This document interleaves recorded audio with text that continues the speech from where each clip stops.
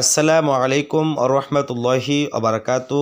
আমরা আলে ইমরানের ৯৬ নং আয়াত পর্যন্ত সহিহ শুদ্ধ ব্যবহার করে শিখেছি। এবার আমরা ৯৭ নং আয়াত সহিহ শুদ্ধ ব্যবহার করে শিখব ইনশাআল্লাহ।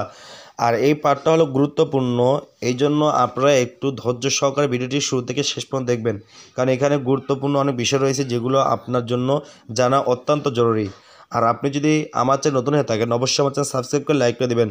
আর আপনি আমার ভিডিওগুলো ধারাবাহিকভাবে পার্ট টু পার্ট দেখলে আপনি যে কোনো কোরআন সহিহ শুদ্ধভাবে পড়তে পারবেন ইনশাআল্লাহ। আউযু বিল্লাহি মিনাশ শাইতানির রাজীম। বিসমিল্লাহির রহমানির রহিম। ফিহি ফায়াজের ফি, জেরের বাম পাশে জজমালায়া একালিফ টান। ফি, জেরের বাম পাশে জজমালায়া থাকলে সেখানে একালিফ টেনে পড়তে হয়, এটা মনে রাখবেন। তাহলে বলবো ফি, হাজের হি, ফি হি, ফি হি।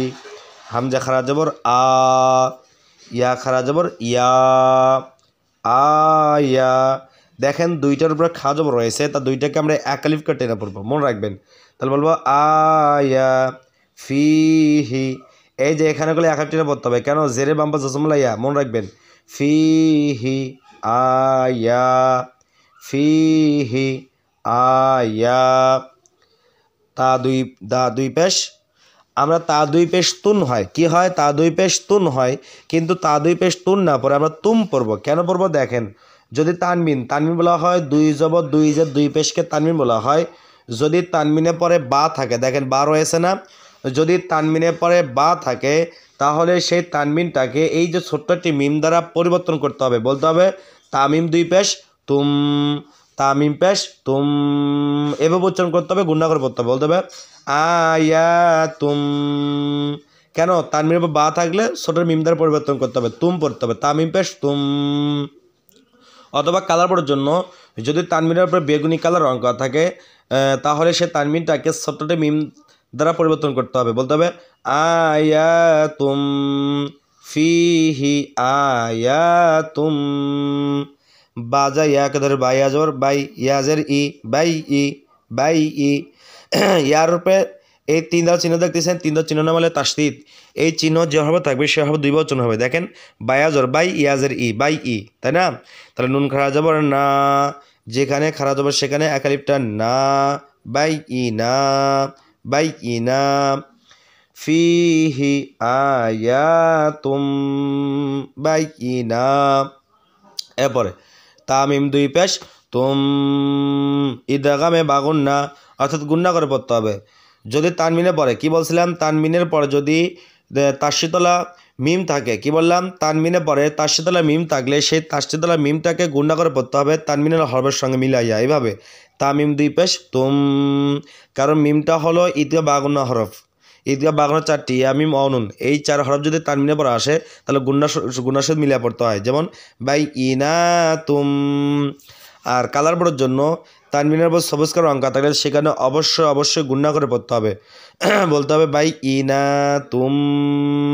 মিম জর মা, অফ আলি জর ক, জবরের বাম পাশে খালি আলিফ একালিফ টান, মা ক, বাই ইনা তুম মা ক। আরেকটা সহজ উপায় আছে, সেটা হলো যদি মিমের তাসিদ থাকলে সেখানে অবশ্যই গুন্না করে ওয়াজিব হয়ে যায়, গুন্না করতেই হবে।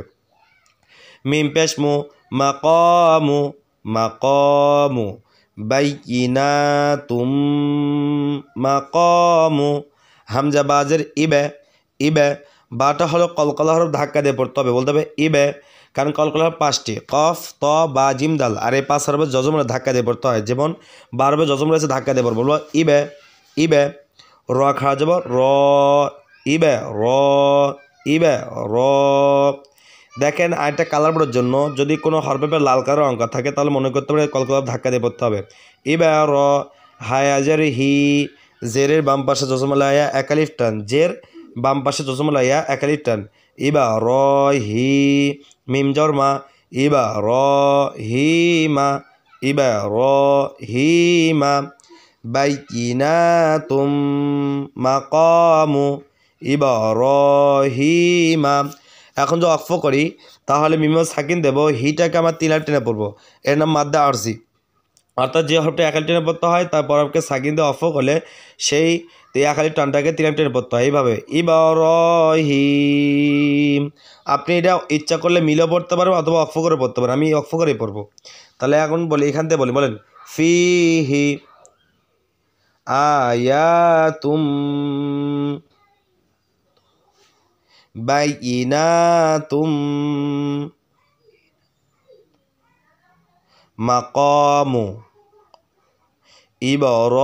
ইব্রাহিম। এরপরে ওয়াও জবর ওয়া, মিম নুন জবর মাং, মায়ের মা অনেশ্বর মাং। এইভাবে উচ্চারণ করতে হবে। কেন উচ্চারণ করতে হবে? কারণ নুন সাকিনের পরে দাল রয়েছে। দালটার ইকফার হরফ, ইকফার হরফ 15টি, তার মধ্যে দাল রয়েছে। ইকফার সম্পর্কে জানতে চাইলে ডিসক্রিপশন ভিডিও দেওয়া থাকবে, সেখানে দেখে নেবেন। এতটুকু মনে রাখবেন, যদি নুন সাকিন বা দাল থাকে তার নুন সাকিনটাকে অনেক সাথে গুণা করে পড়তে হয়। যে নুন এবার সাকিন, এটাকে বলে নুন সাকিন। তাহলে বলবো ওয়া ম্যাং। আর একটু সহজ করে দেয়, যদি নুন সাকিনে পরে হামজা হা আইন হা গইন খ, কী বললাম? হামজা হা আইন হা গইন খ, এই ছয়ভাবে কোনো একটা হরফ যদি না থাকে সেক্ষেত্রে গুণনা করে পড়বো। আর থাকলে গুণনা ছাড়া, যেমন মান এবার পড়তাম, কিন্তু এখানে করলে নাই করলে।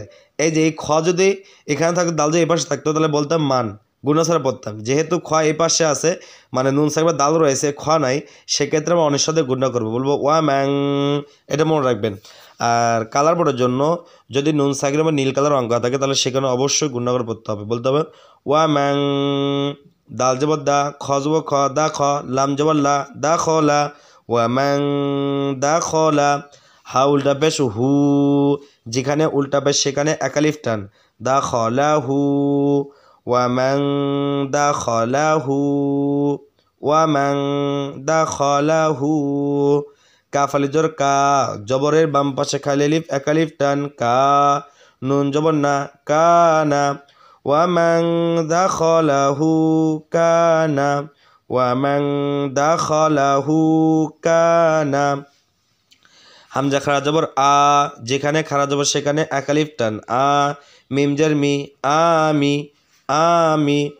নুন, নুন ও দুই জবর নাও, এটাও পড়তে পারেন। অর্থাৎ তানমিনের পরে ওয়াও থাকলে তাহলে সে ওয়াইয়ের উপরে তাসিদ দিয়ে তানমিনের সঙ্গে মিলিয়ে গুণনা করে পড়তে হয়। যেমন নুন ও দুই জবর নাও, এভাবে পড়তে হবে। তা বলবো আমি নাও, ওয়াইয়ের পক্ষে তাসিদ নাই, কিন্তু তানমিনের পরে ওয়াও থাকলে তার ওয়াইয়ের উপরে তাসিদ দিতে হবে, দিয়ে মনে মনে দিয়ে কী করতে হবে? গুণনা করে পড়তে হবে। এটা নামে ঈদগাহ বা গুণনা। তাহলে আমরা বলতে পারি আমি নাও। অথবা কালার বড়ার জন্য যদি তানমিনের উপর সবুজ করে অঙ্ক থাকে তাহলে তার পড়ার সাথে মিলিয়ে গুণনা করে পড়তে হবে। কানা আমি নাও, ওয়া ম্যাং দাখালাহু কানা আমি নাও।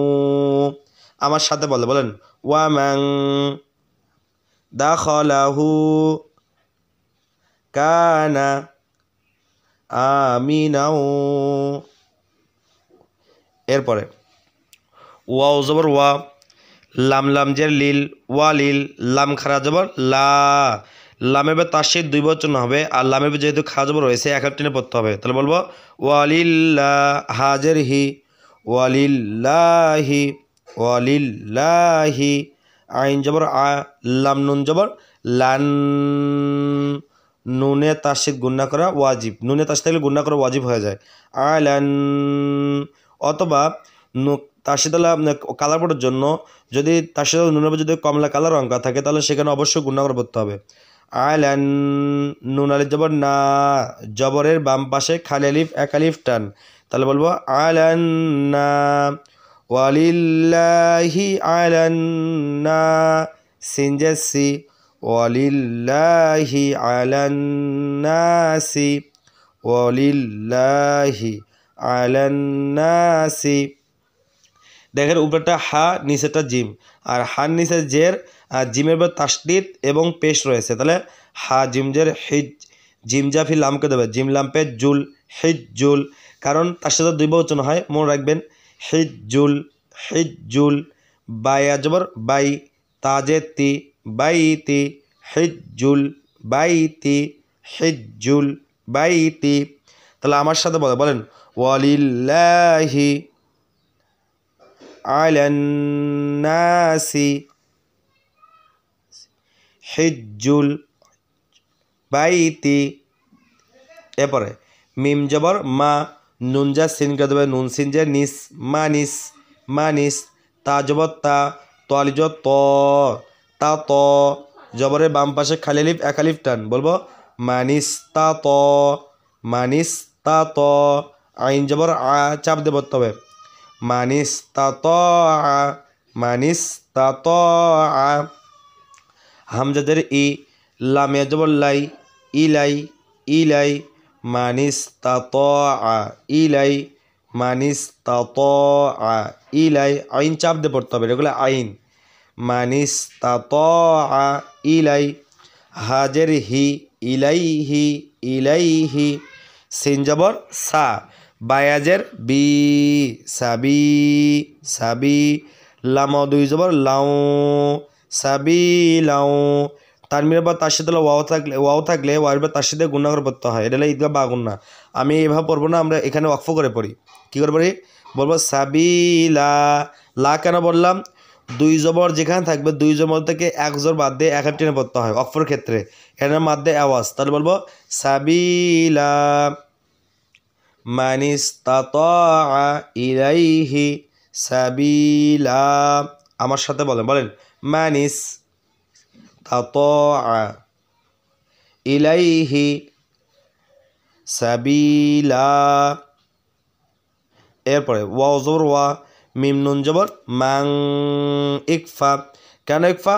নুন সাকিন বা কাফ রয়েছে, কাটা হলে ইকফা হাকিকির হরফ। ইকফা হাকির 15টি, তার মধ্যে কী রয়েছে? কাফ রয়েছে। ইকফার তো গোপন করা, মনে রাখবেন। এই ইকফা সম্পর্কে জানতে চাইলে ডিসক্রিপশনে ভিডিও দেওয়া থাকবে, সেখানে দেখে নেবেন। আর একটু সহজ উপায় দেই, যদি নুন সাকিনের পরে হামজা হা আইন হা ওয়াইন খ এই ছয়ভাবে কোনো একটা হরফ যদি পাওয়া যায়, সেক্ষেত্রে গুন্না ছাড়া বলবো মান। কি বলবো? মান। যেহেতু এখানে ছয়ভাবে কোনো একটা হরফ নাই, সেক্ষেত্রে বলবো মাং, ইকফা হিসেবে গুন্না করবো। আর ওগুলো থাকলে ইজহার হিসেবে অর্থাৎ স্পষ্ট করে বলবো। যেহেতু নাই, সেক্ষেত্রে আমরা কি করব? এখানে গুন্না করবো, বলবো ওয়া ম্যাং। আর কালার পর জন্য নুন সাকিনের পর নীল কালার অঙ্ক থাকলে তাহলে সেখানে অবশ্যই গুন্না করে পড়তে হবে। ওয়া ম্যাং, কাফজর কা, ফাজর ফা, কাফা, র জবর র। ওয়ামাং কাফার, ওয়ামাং কাফার, ওয়ামাং কাফার। ফাজর ফা, হামজা নুনজার ইন, নুনে তার সাথে গুণা করা ওয়াজিব, ফা ইন। ওয়ামাং কাফার ফা ইন, ওয়ামাং কাফার ফা ইন। নুন লাম জবর নাল, লাম খারা জবর ল, নাল ল। লামের উপরে তার খারা জবর রয়েছে, তাহলে এক টেনে পড়তে হবে। আর একটা জিনিস, আল্লাহ শব্দের লাইনে জবর থাকলে আল্লাহ শব্দের লামটাকে পুর করে পড়তে হয়, মোটা করে পড়তে হয়। তাহলে লা না পড়ব ল, ফা ইন্নাল্লাহ। হা জবর হা, ফা ইন্নাল্লাহা। ওয়ামান কাফার ফা ইন্নাল্লাহা। আবার ওয়ামান কাফার ফা ইন্নাল্লাহা। গইন জবর গ, নুন ইয়াজের নেই, ইয়ার পর তাসিদ দুই বচন হবে, গনি। ইয়া দুই পেশ ইউন, গনি ইউন, গনি ইউন। দেখুন এখানে তানমিন রয়েছে, আমরা জানি তানমিনের পরে যদি কোনো একটা হরফ আসাতে গুণার পড়তে হয়, কিন্তু এখানে গুণা ছাড়া পড়তে হবে। কেন? দেখেন তানমিনের পরে আইন রয়েছে, বলছিলাম না? যদি নুন সাকিনা বা তানমিনের পর যদি হামজা হা আইন হা গইন খ, দেখেন হামজা হা আইন, দেখেন সব আইন রয়েছে বলে। এই তানমিনের পরে আইন তার কারণে আমরা তানমিনটাকে কী করবো? গুণা ছাড়া পড়বো, বলবো গনি ইউন। আর এখানে যদি আইন না থাকে, বলতাম কাফ থাকতো অথবা ফা থাকতো, সেক্ষেত্রে বলতাম গনি ইয়ং, গুন্না করে বলতাম ইকফা হিসেবে। কিন্তু যেহেতু এখানে নাই, সেক্ষেত্রে আমরা কী করবো? গুন্না ছাড়া পড়বো, বলবো গনি ইয়ন, ফা ইন্নাল্লাহা গনিয়ুন। আইন জবর আ, নুন লাম যে নীল, আনিল আনিল। আইন খারা জবর আ, যেখানে খারা জবর সেখানে একালিফ টান, আনিল আ। লাম জবর লা, আনিল আলা। আইন চাপ দে, মিমিয়াজের মি, জেরের বাম পাশে জজমলা ইয়া, একালিফ টান, আলামি। নুন জবর না, আলামিনা। এখন তো অক্ফ করি, থেমে পড়ি, তাহলে নুনের সাকিন দিয়ে মিটাকে আমরা 3 লাইন টেনে বলবো, এটা মাদ্দা আরজি। তাহলে বলবো আলামিন, আনিল আলামিন। ওয়ামান কাফারা ফা ইন্নাল্লাহা গনিয়ুন আনিল আলামিন। তাহলে আমার সাথে বলেন, ওয়ামান কাফারা, ফাইন্নাল্লাহা গনিয়ুন আনিল আলামিন। তাহলে আপনারা বুঝতে পারলেন কীভাবে পড়তে হবে। যদি আপনার কাছে ভিডিওটি ভালো লেগে থাকে তাহলে অবশ্যই আমার চ্যানেল সাবস্ক্রাইব করে লাইক করে দেবেন। আসসালামু আলাইকুম ওয়া রাহমাতুল্লাহি ওয়া বারাকাতুহু।